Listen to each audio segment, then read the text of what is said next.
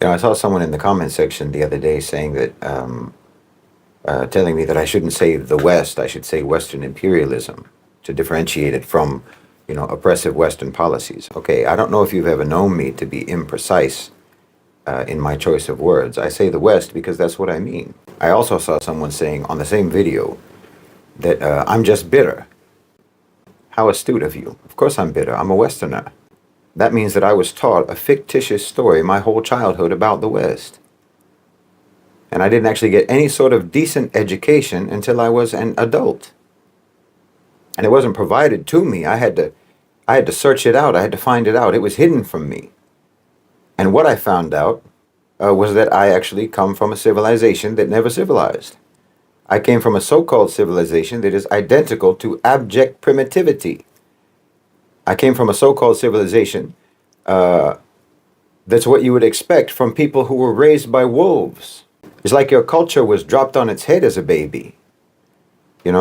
The brain of this so-called civilization has a deformed amygdala. The prefrontal cortex of the Western mind is missing. It's like a psychopath. So yes, I learned that I came from a so-called civilization, a so-called culture, that completely failed to develop. We're like the moronic bully in school who pushes people around as a kid, never pays attention, never learns, never studies, and never changes. So that everyone that he bullied, eventually surpasses him in adulthood, in every conceivable way, in maturity, in skills, in knowledge, in intelligence, in career, in health, in relationships, in everything. While he remains a stunted man-child who nobody can stand, no one wants to be around. Well, that's the West. Every Westerner has been deprived by their ancestors of a history that they can be proud of. A history that gives them a chronological record of their development, their advancement as a people. Because the West is just as primitive, just as barbaric, just as shallow, just as selfish, petty, deceitful, and immature as they were 3,000 years ago. So I say West because I mean the West. You can't divorce imperialism from the so-called civilization that imperialism emerged from. This isn't even just about the endless crimes of the West against the rest of the world. No, I'm talking about the whole so-called culture, the so-called civilization that has utterly and miserably failed its own people. You literally had to suppress everyone else, oppress everyone else, burn, loot, and destroy everything that everyone else had, everything that they built, that everyone else built, everything that they accomplished, just so you could try to make your so-called civilization look developed, only by de-developing everyone else. You had to tie their hands and feet just to pretend that you could beat them in a race. And again, it's just like some dumb bully in school who cheats on his test, cheats on his homework. Okay, you'll get an A on the test, but you're still dumb. And you won't progress educationally at all. That's not going to benefit you. Your appearance of knowledge on a test you cheated on is short-lived. Whereas you can lock the smart kid in the gym locker, but he's still the smart kid. I mean, imagine, you go all around the world and smash up everything that other civilizations built, loot what they built, pillage, steal, even steal their ideas and their concepts and their philosophies. And then you sit on top of this mountain of stolen goods and declare yourself to be rich because of your own merit.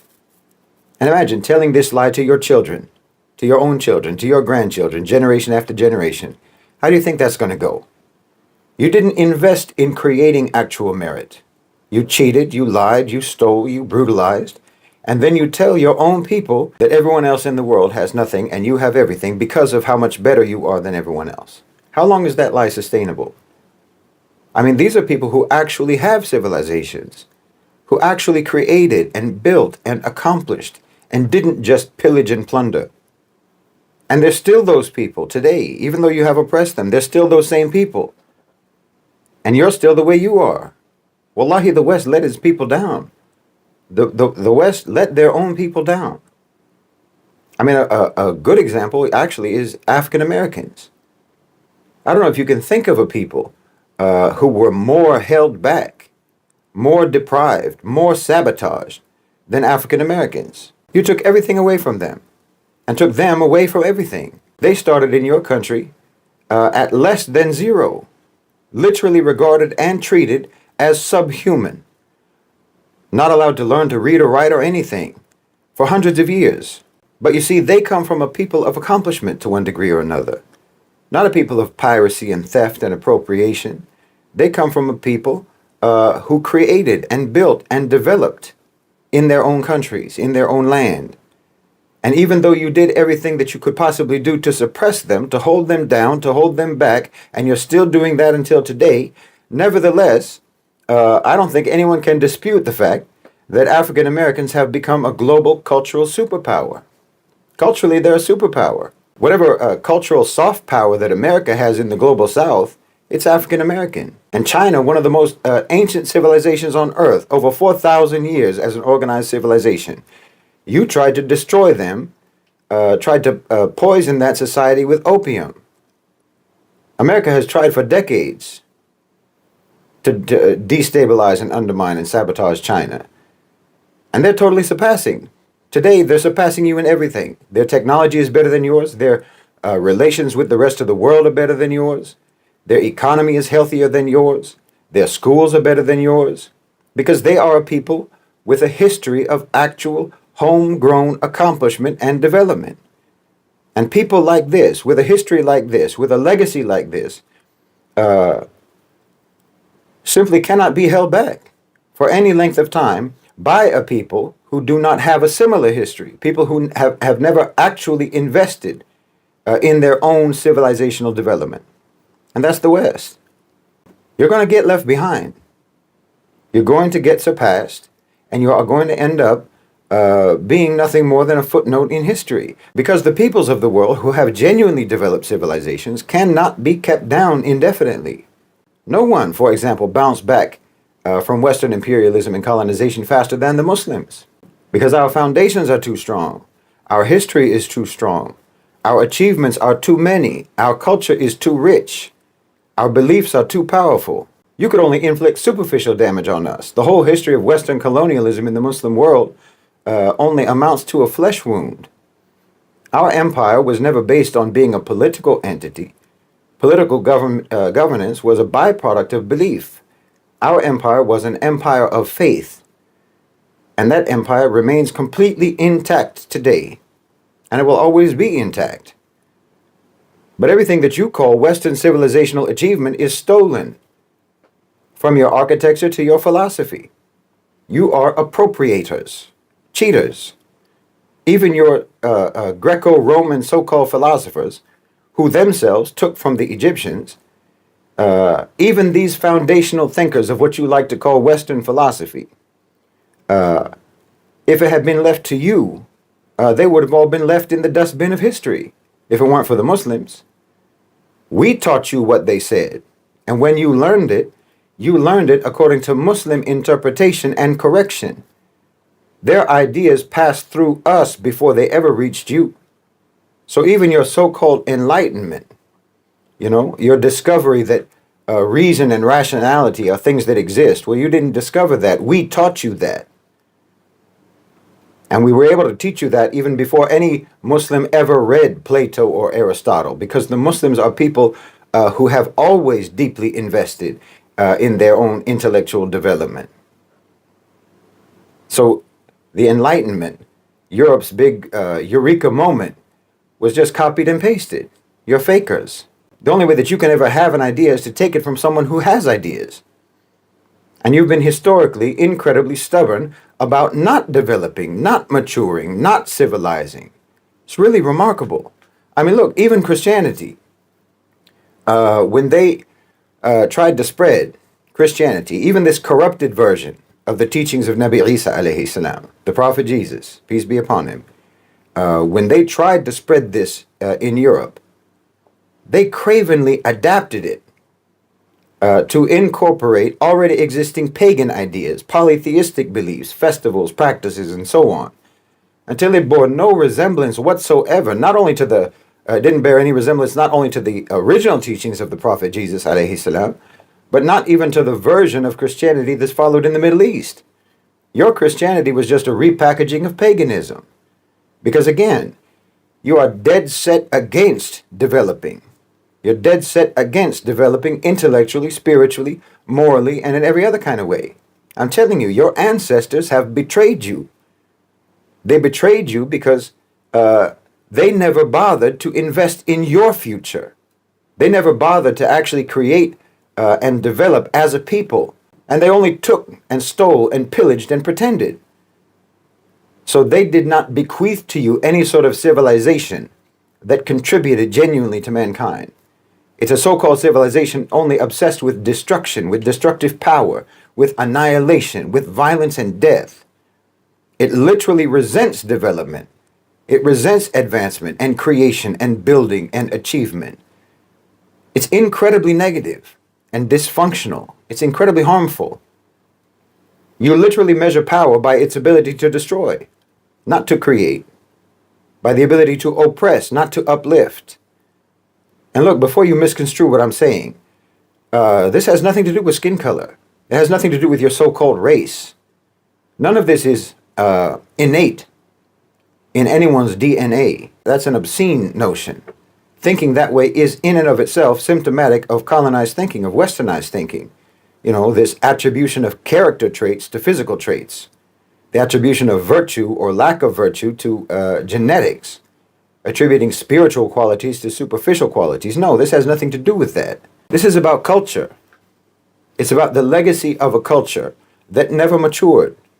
A legacy left to the descendants of people who thought predation and pillage was better than creation and innovation and knowledge.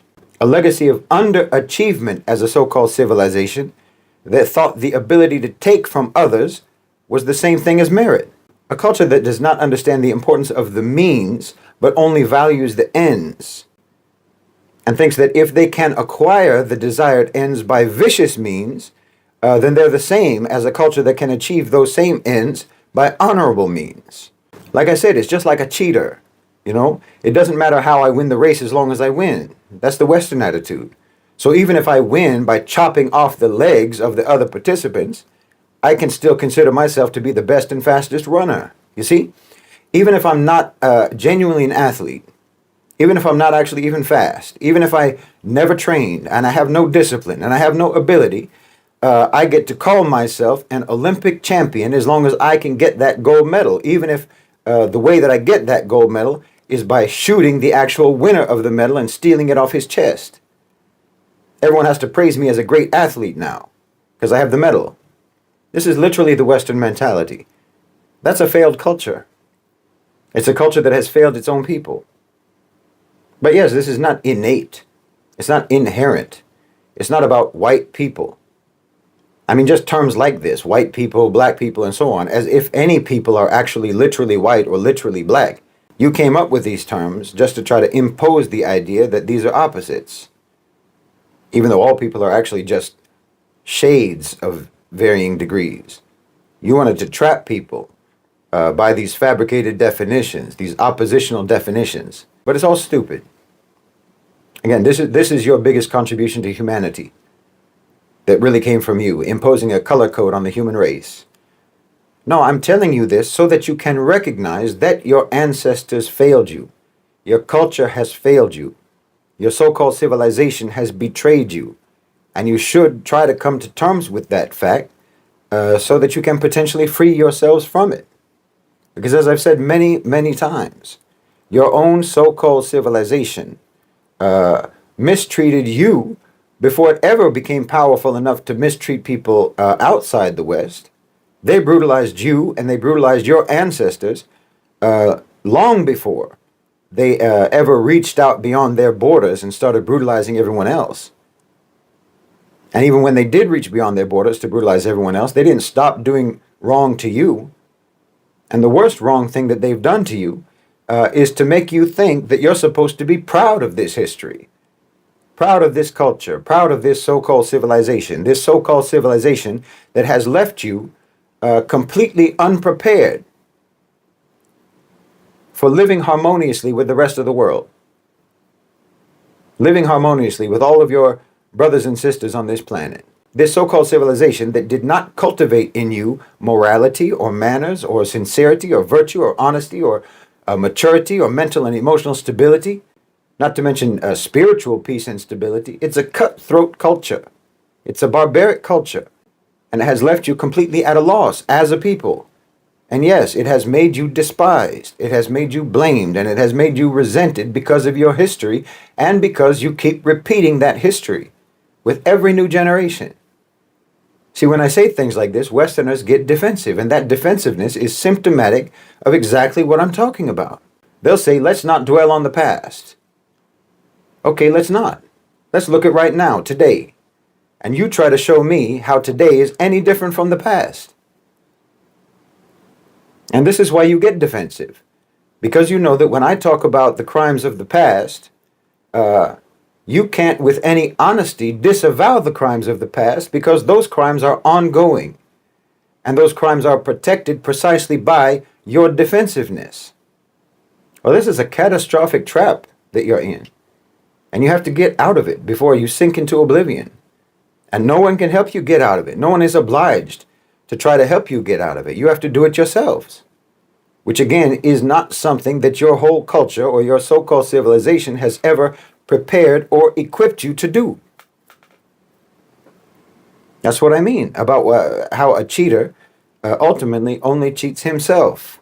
You know, when you're a plantation owner and you lose your slaves, well, you lose your crops as well, and you have nothing because you never learned how to grow anything yourselves. You're not farmers. You're like the king in Hamlet, who knows that he can never sincerely repent for his crime because he retains the crown for which he did the crime. And you don't want to relinquish your ill-gotten gains. You don't want to give up that stolen crown. So you get defensive instead of repentant. And there's no solutions for you in your own history. No return to traditional values or what have you. No, that's not going to help you. I mean, trying to go back and emulate the very ancestors who failed to build a genuine civilization and who set you on the very path to oblivion that you're on now, that's not a remedy. So-called Western civilization is a myth, and you're not going to find any solutions as long as you hold on to any belief in that fiction. Your history does not contain any guidance for you, except insofar as it shows you very clearly how not to be. You need to stop digging in those empty pockets. I mean, if you dig into the pockets of Western history, all you're going to do is get your hands stained with blood. Like I've talked about before, your history, your origin, in the wilderness of Europe, it was harsh. You were in a harsh environment, cold and formidable. And you took the attitude, your ancestors I'm talking about, took the attitude that violence and dominance were the only means for survival. And this attitude pervades all aspects of your culture, from colonization to marriage, from international relations to relations between the sexes. You can go as deep as you want analyzing that society, Western society, and you can see how this primitive attitude manifests on every level of that society and that culture. And then there's all the lies that you have to tell each other and tell yourselves. Because the West eventually did encounter genuine civilizations, and so they wanted to pretend that they too were civilized. So they espouse all these values and principles and so on that they never adhered to and probably and don't really even understand.